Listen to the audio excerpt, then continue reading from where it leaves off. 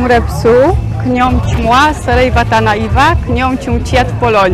I am the owner of Apsara Resort on Coconut Bay on Korong Island.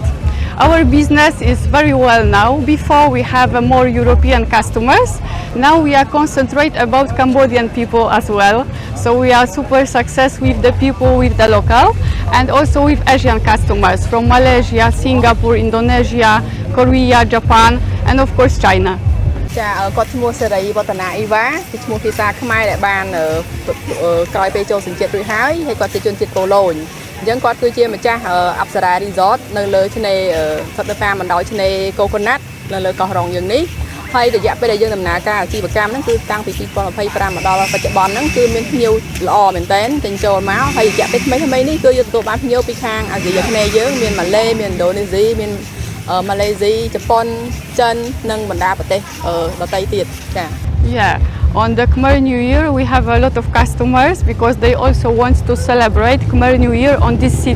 island. Before people celebrate more maybe on Phnom Penh, but now Korong Island starts to be very popular and a lot of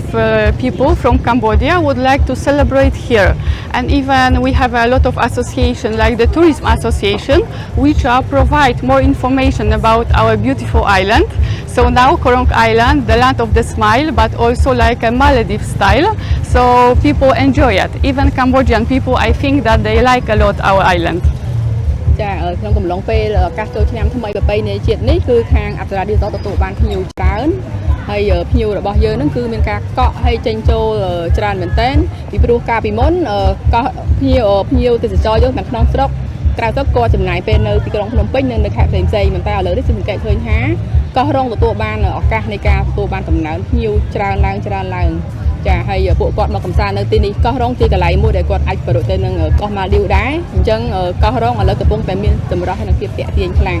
Of course, on Apsara Resort we also touch the culture of Cambodia, of Khmer culture. So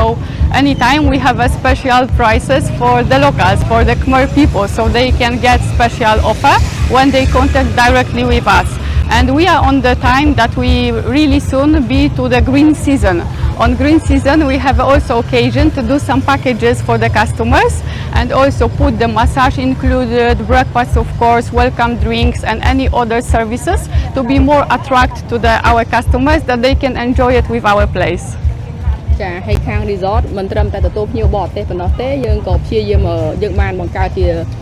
កញ្ចប់សម្រាប់ភ្ញៀវក្នុងស្រុកផងដែរគឺយើងសេរីតម្លៃសមរម្យជូនភ្ញៀវក្នុងស្រុកហើយយើងរៀបជាកញ្ចប់សេវាកម្មបន្ថែមមានដូចជាការធ្វើសរសៃការម៉ាស្សាការស្ប៉ាកញ្ចប់អាចមានដល់ការជួលទូកលេងកម្សាន្តបូកជាមួយនឹងការស្នាក់នៅអញ្ចឹងយើងបានព្យាយាមគិតគូរអំពីភ្ញៀវក្នុងស្រុកដើម្បីមកកម្សាន្តនៅទីនេះឲ្យបានច្រើនជាពិសេសការកក់អនឡាញបើសិនបើគាត់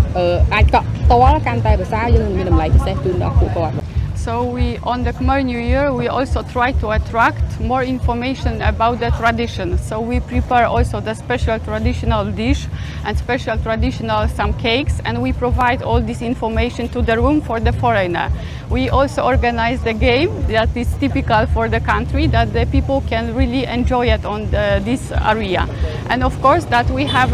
the place where we are on the beachfront. So always we have the same. We have a beautiful water, we have a white sand and of course the infinity pool. So our resort can stay with also the local and we can celebrate together because our soul, like the Apsara, is the value of the Khmer culture. So we would like to provide the services from the culture side as well on our place. ចាក្នុងឱកាសបុណ្យចូលឆ្នាំថ្មីប្រពៃណីជាតិខ្មែរនេះគាត់ជូនពរទៅដល់ភ្ញៀវទាំងអស់ឲ្យបានសុខសប្បាយហើយសម្រាប់ខាង resort វិញក៏ព្យាយាមបង្កើតសកម្មភាពនៅនឹងកន្លែងដែលផ្ដល់ជាសេរីមង្គលដូចជាការនាំលេងល្បែងកម្សាន្តជាល្បែងប្រជាប្រិយហើយនៅក្នុងបន្ទប់យើងមានរៀបចំជាការស្វាគមន៍របៀបបែបប្រពៃណីខ្មែរនៅក្នុងហ្នឹង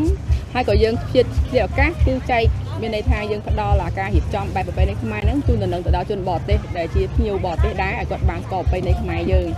រួមជាមួយនឹងម្ហូបអាហារដែលយើងបានរៀបចំថ្មីនៅក្នុងពលានីយដ្ឋានស្លឹកគ្រៃ Green Grass Restaurant នៅក្នុង Apsara Resort នឹងដែរដើម្បីវាទាក់ទាញជាមួយនឹងឆ្នេរខ្សាច់ពណ៌សសមុទ្រតាមដងអីហើយនឹងមាន